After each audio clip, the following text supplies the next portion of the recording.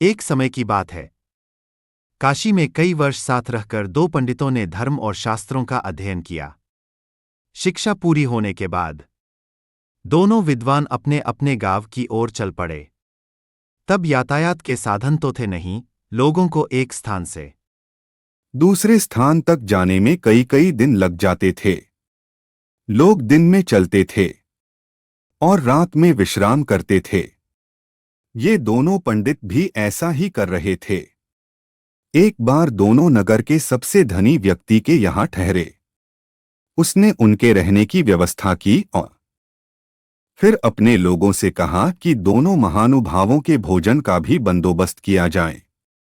इस बीच समय पाकर धनी व्यक्ति दोनों के पास पहुंचा और उनसे चर्चा करने लगा।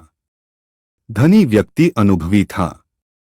वह जान गया कि दोनों पंडितों में बहुत ज्यादा घमंड है, साथ ही दोनों एक दूसरे को मूर्ख समझते हैं। उन्होंने दोनों से अलग वहीं दूसरे से पहले के बारे में पूछा था तो उसने कहा था कि वह गधा है। आप दोनों ने ही एक दूसरे को बैल और गधा बताया तो मैंने उसी हिसाब से चारा और भूखा थाली में परोस दिया। इतना सुनते ही दोनों ज्ञानियों की आंखें खुल आग बबूला हो गए। गुस्से में आकर कहने लगे कि क्या हम जानवर हैं जो यह चारा और भूखा खाएंगे? धनी होकर तुम हमारा अपमान कर रहे हो, यह लक्ष्मी द्वारा सरस्वती का अपमान है।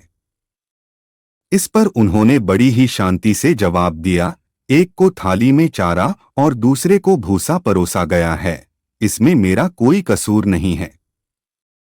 जब मैंने आप में से एक से दूसरे के बारे में पूछा था तो उसने कहा था कि वह तो बैल है। वहीं दूसरे से पहले के बारे में पूछा था तो उसने कहा था कि वह गधा है। आप दोनों ने ही एक दूसरे को बैल और गधा चुकी थीं। उन्हें अपनी गलती का एहसास हो गया था।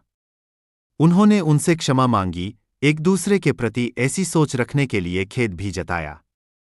सीख, व्यक्ति में कितना भी ज्ञान आ जाए, उसे घमंड नहीं करना चाहिए। साथ ही दूसरों के प्रति बुरे भाव नहीं रखने चाहिए।